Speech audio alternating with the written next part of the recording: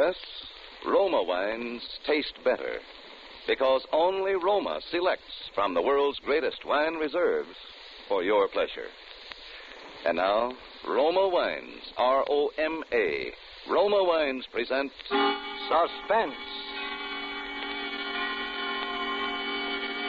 Tonight, Roma Wines bring you Miss Virginia Bruce in Night Comes Riding, a suspense play produced, edited, and directed for Roma Wines by William Spear. Suspense, radio's outstanding theater of thrills, is presented for your enjoyment by Roma Wines. That's R-O-M-A, Roma Wines. Those better tasting California wines enjoyed by more Americans than any other wine. For friendly entertaining, for delightful dining. Yes, right now a glassful would be very pleasant, as Roma Wines bring you Virginia Bruce in a remarkable tale of Suspense.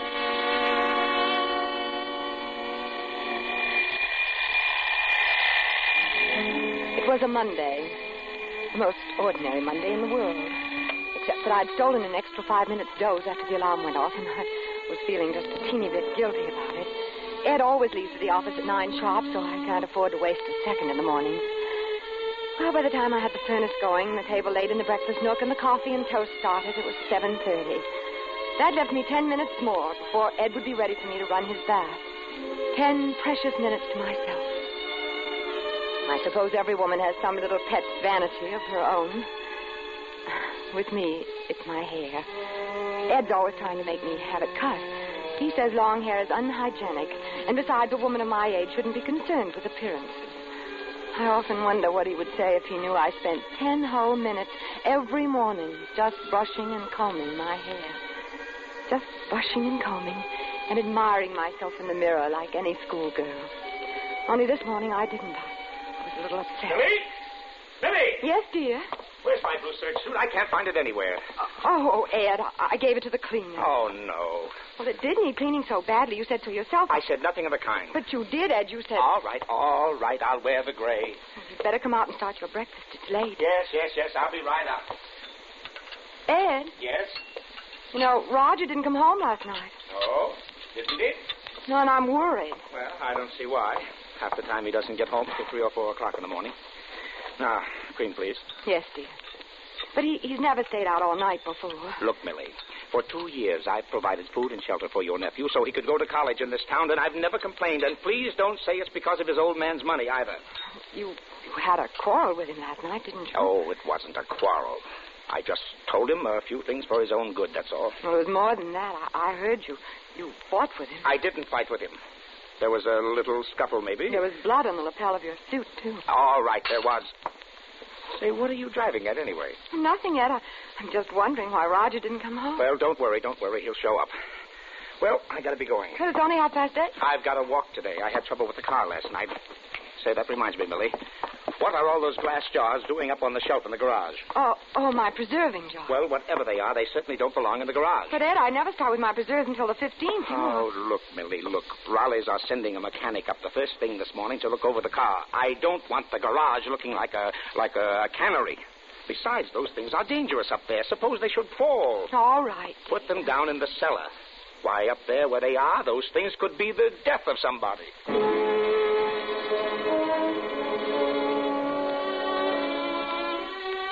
By the time I'd washed up the breakfast things and fed Bobby's my pet canary, it was 10 o'clock. Suddenly I remembered those wretched preserving jars. I was just starting on them when I got a glimpse of something out of the corner of my eye in the shadows behind me. I spun around, my heart pounding away 10 to the dozen, and then I saw it. It was a hand hanging out of the open window of the car. A very still, white hand. Roger's hand. It was cold when I touched it. Roger was dead. I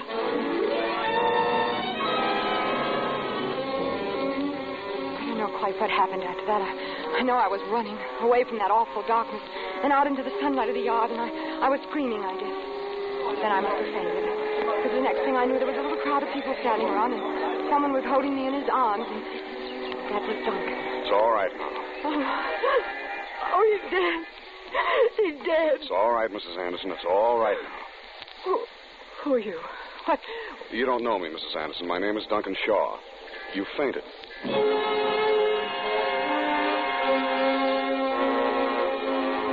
The next few weeks were like a nightmare. The local police, and then the state authorities, too. Questioning, looking, snooping. They knew he'd died of carbon monoxide poisoning, but there were some wounds, too, on his head, and they couldn't explain them. All this and what happened to poor Roger and Ed being so nervous and irritable. Finally, there was an inquest. I didn't even go to it, but it was all in the papers the next day. You're not eating your breakfast, Ed? I don't feel hungry. Oh, all right. Ed? Yes? What does an open verdict mean? Open verdict? Yes, that's what the coroner's jury said about Roger, wasn't it? Yes, that's right. Well, what does it mean? Well, it just means that they don't know. They don't know how it happened. You mean whether it was an accident or something else? Yes. I don't think it was an accident. Do you, Ed? I don't know. I don't know what it was. Who do you think did it? What do you mean by that? Just what I said. Who do you think did it? I don't know. What do you mean? It probably was an accident. Maybe it was suicide. How do I know? Somebody hit him, Ed. All right, maybe somebody did. I don't know, and I don't care. You don't what? I said I don't know. I don't know anything about it.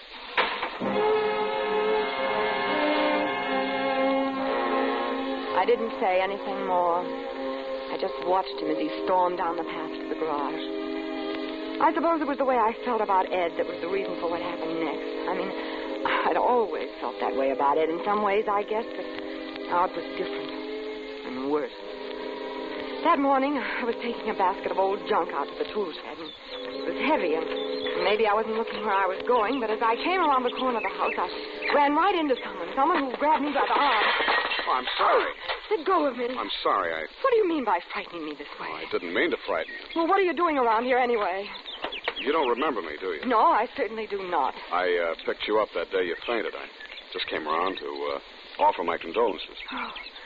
Oh, well, thank you. Here, let me help you with that. Oh, no, please don't bother. Oh, it's no bother. Got nothing better to do. Oh. See, I'm a member of that growing army known as the unemployed. Oh, I see. Where do you want this stuff put? Please, I wish you wouldn't. Oh. Very well, I'll be going then. I hope you'll forgive the intrusion. Oh, your foot. Well, what about it? Well, when I dropped the basket, I hadn't realized it. No, dear lady. I'm afraid this wound goes back a little farther than that. Oh, I am sorry. Please forgive me. Oh, it's all right. But really, I feel terrible. A veteran and no job. And here I've been... There must be something I can do to make up for... Oh, don't feel that way. Perhaps, believe me, this isn't charity. Perhaps you will let me make you some breakfast. Breakfast? Well, Well, then, that's settled. Come along. You must be a stranger in these parts. you might call me that. What in the world ever brought you to a little out-of-the-way place like Richmond? Oh, this and that. Anything more you'd like to know? Why, no. You mustn't think that I... Well, here we are. Just sit down and make yourself comfortable, and I'll have something ready in a jiffy. I've been rude. I'm sorry. You're terribly nice, Miss Sanderson. Oh, not at all. Tea or coffee, Mr... You know, I've forgotten your name. Shaw. Duncan Shaw. And, tea. You know, Mr. Shaw, I've been thinking, and No, I won't be offended. Well, it's just that, my husband's always talking about the state the garden's in, and I never seem to have time to do anything about it myself, and there's a lot of other things, like the mailbox and the fence in the back that's falling apart, and, well, You're sweet. Of course, I couldn't pay very much, so if it's going to interfere with any other plans... No. I don't think it would interfere with any other plans. I don't think it would interfere at all.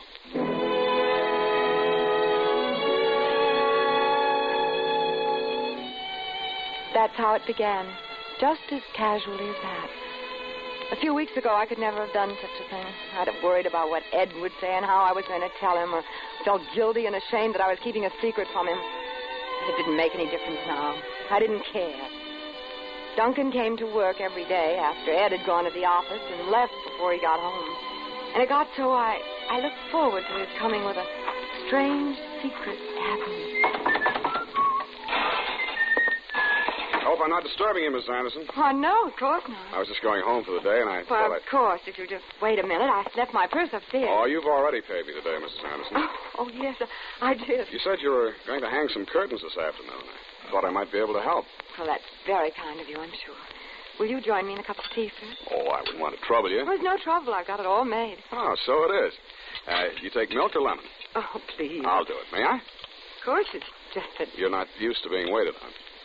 Well, now you come to mention it, I suppose I'm not. Or perhaps you've just forgotten what it feels like. Perhaps I have. Sugar? Yes, please. There are a lot of other things you've forgotten, aren't there? Oh, I don't know. Like poetry, for instance. Poetry. You recognize this? Edna St. Vincent Millay? Where in the world? You asked me to clean out the attic. Duncan, give it to me. There's much left to give. Millay or Nick Kenny. It's all the same to the rats, but there's a name on the flyleaf. Mildred West. And part of the sonnet written out in longhand. Do you remember what it was? Mildred West? Why, no, I don't think I do. I think you do. I think you know it by heart. Love cannot fill the thickened lung with breath, nor clean the blood, nor set the fractured bone. Yet many a man is making friends with death, even as I speak, for lack of love alone. Mildred. You're lovely. Please. Your hair. It's like the Princess Griselda that I used to read about when I was a little boy. I used to pretend I was her knight in shining armor, and one day I would come riding up and rescue her from the dark tower. You see, she was a prisoner, too. Oh, no, Duncan. No. And all this time, you've been like her, waiting to be rescued, waiting to escape. Haven't you, Mildred? Haven't you? Oh, yes, Duncan. Yes. Yes, yes.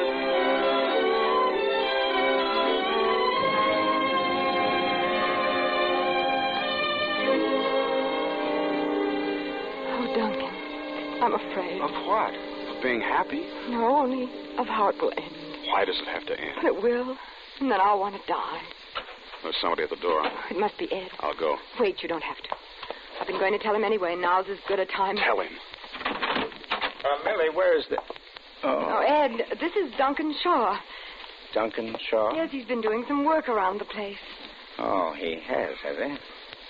I'll be going, Mrs. Anderson. I'll see you tomorrow, Duncan. We'll talk about that later. There's nothing to talk about, Ed. Isn't there? Well, I don't want him around here. Why not? I don't like strangers hanging around here. Haven't there been enough of them already? How do you know that he isn't... You sound almost as though you had a guilty conscience, Ed. Guilty conscience? What do you mean? Guilty of what? I haven't put a name to it, Ed, but I could. What are you talking about?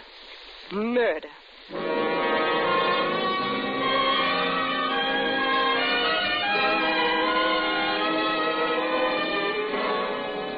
For Suspense, Roma Wines are bringing you Virginia Bruce in Night Comes Riding.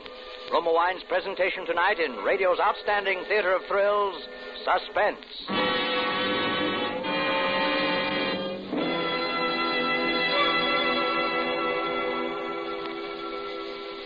Between the acts of Suspense, this is Truman Bradley for Roma Wines. For entertaining friends, for everyday pleasure, more Americans select Roma than any other wine. That's because you enjoy an important difference in Roma, an extra dividend of pleasure in fuller bouquet, richer body, and better taste. To bring you superior wines, better tasting wines, Roma selects from California's choicest grapes.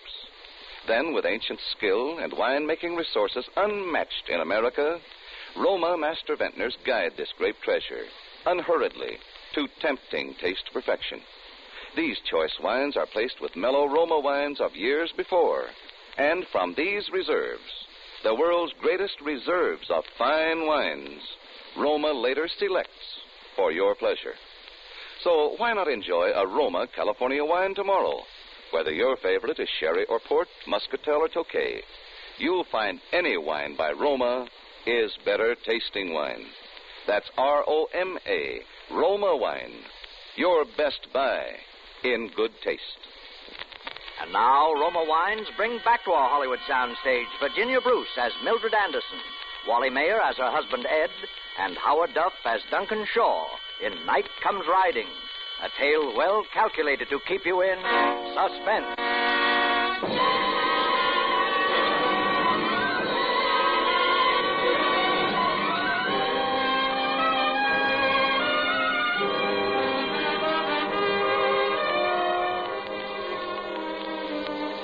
never spoke of it after that. We never spoke of much of anything. I knew he'd hated Roger. I knew he'd fought with him. And I'd accused him to his face of killing him. He didn't even bother to deny it. What was there to talk about? Besides, I was in love. That was part of it, too, I suppose. Part of my trying to escape. Falling in love with a boy years younger than myself.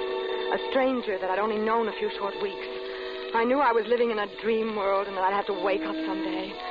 But I didn't care. Will you pass the milk, please, Millie? It's by your place. Oh, yes. Well, I see there was another robbery in town last night. Frank Davis's house. He was wounded, too. They took a shot at him. That's too bad. Well, you might show a little interest. That might have been our house, you know. That might have been me that stopped that bullet. Yes, I suppose it might. And you wouldn't care much either, would you? I didn't say that. Now, look, Millie. There's no use holding this thing against me forever. Holding what against you? Listen, I know you didn't tell them how I fought with Roger that night, and I'm grateful. When the police are looking for a suspect, you never can tell what they're liable to pounce on, but now... It's 8:30. You'd better get started. All right, Millie. If that's the way you want it.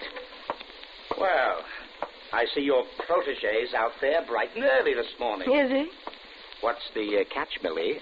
You're not paying him enough to amount to anything. Maybe he just likes working for an important man like you. Or maybe he's smitten with the lady of the house, Ha-ha! That'd be a hot one, wouldn't it? Millie's boyfriend. Well, I gotta go. Morning, Mr. Adams. Bye. Morning.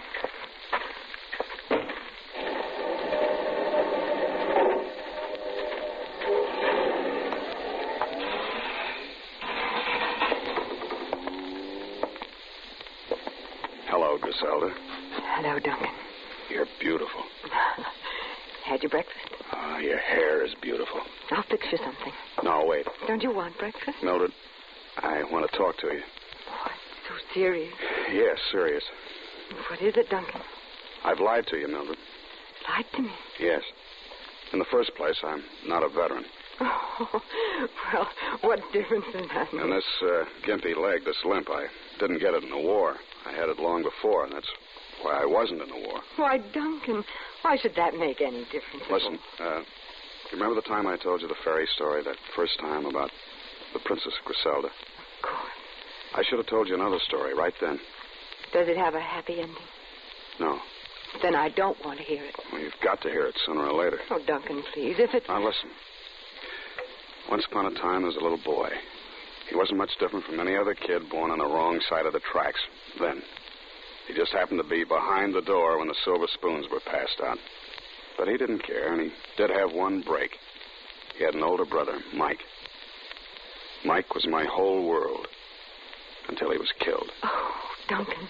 We hadn't been doing anything wrong, just a gang of kids playing cops and robbers with an old warehouse for props, but to him we were fair game. Maybe we did run away, and it was wrong, but we were just kids, scared kids, so we ran. That's when he started shooting. The first shot winged me in the leg. The next one caught Mike in the shoulder and knocked him down. Who started shooting, Duncan? Your husband. Mike fell forward on his knees. I can still see him, just a kid on his knees in the dirt. And then the next shot was a bullseye. It hit him right in the middle of the back. I wanted to kill him then, but I knew I didn't have a chance. He was a big slob with a gun in his hand protecting the community, and I was just a kid, but I swore then that someday You'd kill him. Yes. And that's why you came back. Yes. And that's why you came to me and... No, Mildred. That was something I hadn't planned on. You see, I fell in love with you.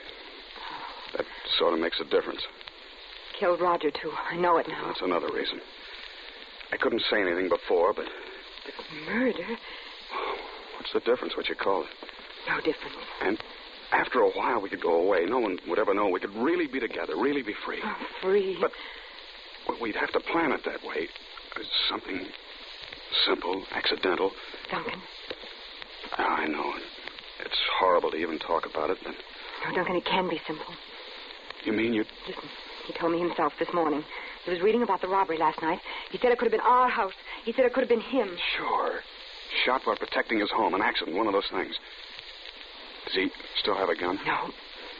We better do it soon. Yes. Tonight. Tonight? Why not?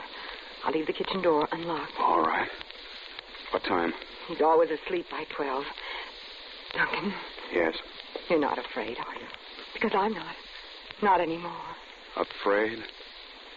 No. Just glad. Because at last I'm going to kill him.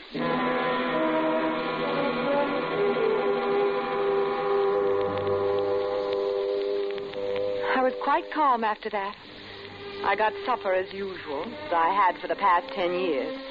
Ed would be home for supper at 7:30. Ed was always home for supper at 7:30 on Thursday. Only on this Thursday, for the first time in 10 years, Ed was late. 30 agonizing minutes late. Well, something sure smells good. You're late. What happened? I stopped in at Lerner's Hardware. Brought you a little present. Gun. It's no water pistol. What do you want a gun for? What do you think? What are you afraid of, Ed? Who says I'm afraid? Of what these robberies and all these other things... What other things? Oh, let's skip it, shall we, Millie? All I say is a man's entitled to a little protection for his home, for his wife. Isn't that right? Well, when do we eat? I'll dish it right up. Ed. Yes? About the gun. What about it? Well, where do you want to keep it? I mean, I'll put it away for you somewhere where you'll always... Oh, no. No. From now on, this gun's my right arm. Anybody starts prowling around this place is in for the shock of his life. Why, this thing will knock a man down at 50 yards. And any closer... Well, what's the matter with you? You look as if you've seen a ghost. Nothing. Well, come on, let's eat. I'm starved.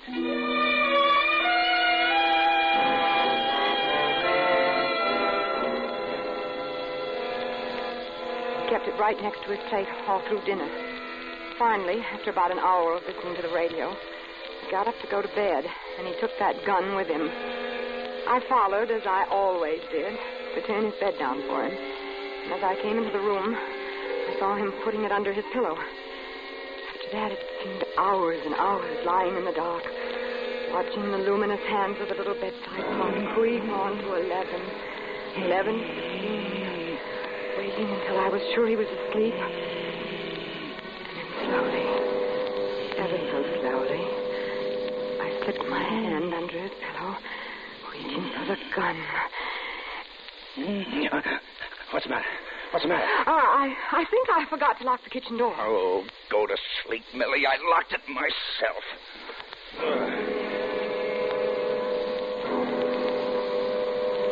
I looked at the clock. Nearly 12:15. There was no time for anything else now. I slipped out of bed and down the back stairs to the kitchen as quickly and as silently as I could. I was just pushing open the screen door when I felt a hand like a vice close on my arm. Are you out of your mind? Oh, Duncan, you've got to get away from here quickly. Oh, have I? But he's got a gun. He got it this afternoon. He's got it with him now. So that's it. I never thought you'd go through with it. Duncan, listen to me, please. He'll kill you. Listen to me. I'm doing the killing tonight. I don't think you can save him at the last minute. Nobody can. What do you think I made love to you for all these weeks? What? Do you think it was fun playing Iceman to a frumpy housewife? Oh, Duncan. You might as well know it. You might as well know all of it. It was me that killed your nephew, too. I thought it was your husband. Now, get out of my way before I kill you, too. Duncan, listen to me. I don't care. I don't care what's happened. But if you go up there, he'll kill you. And I don't want you to die. Maybe I still love you. Maybe I'm crazy, but I don't want you to die. Please. Let go of me. Duncan.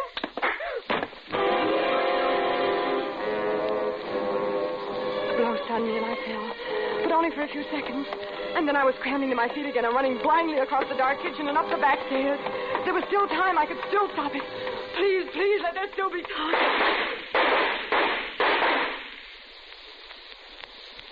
Suddenly it was quiet. Deathly quiet. Then the light blazed out of my eyes, and from what seemed a million miles away... Millie! I heard someone calling my name. Millie, I got him. The burglar, I got him. It's all right, Millie. He's dead. Yeah, dead in the mackerel. Look. Well, what do you know? It's your boyfriend, Millie. Your boyfriend, Duncan Shaw.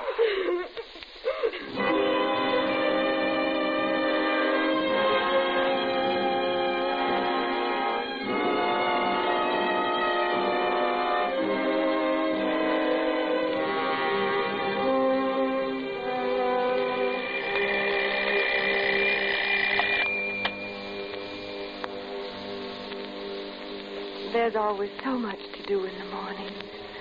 The furnace and Ed's breakfast and his bath. I can't afford to waste a second. Somehow I just don't have time anymore to brush my hair. It's too bad, because I've always had lovely hair. Once someone said I had hair like a princess in a fairy tale.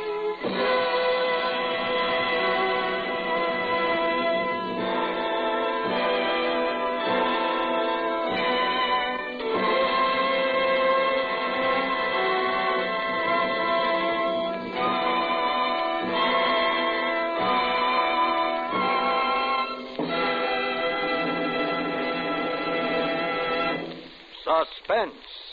Presented by Roma Wines.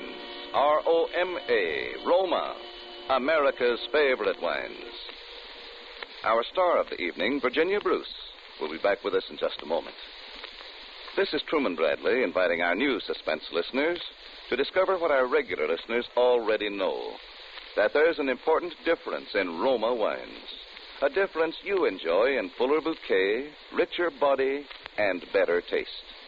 Yes, Roma wines taste better because Roma selects better tasting wines from the world's greatest wine reserves. That's why more Americans enjoy Roma than any other wine. For a tempting taste treat tomorrow, serve Roma California Sherry. Perfect first call for dinner, delicious for entertaining anytime. And now, Virginia Bruce. Thank you, Truman. I just want to tell our listeners how much I've enjoyed appearing on Suspense, and how much I think they'll enjoy next week's Suspense show, starring Angela Lansbury. Good night, everyone. Tonight's Suspense story was written by Pamela Wilcox. Next Thursday, same time, you will hear Miss Angela Lansbury as star of Suspense.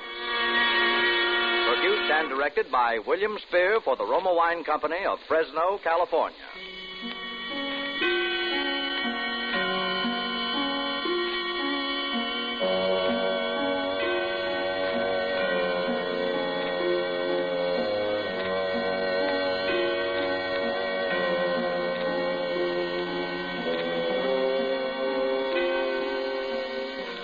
Stay tuned for the thrilling adventures of the FBI in peace and war, following immediately over most of these stations.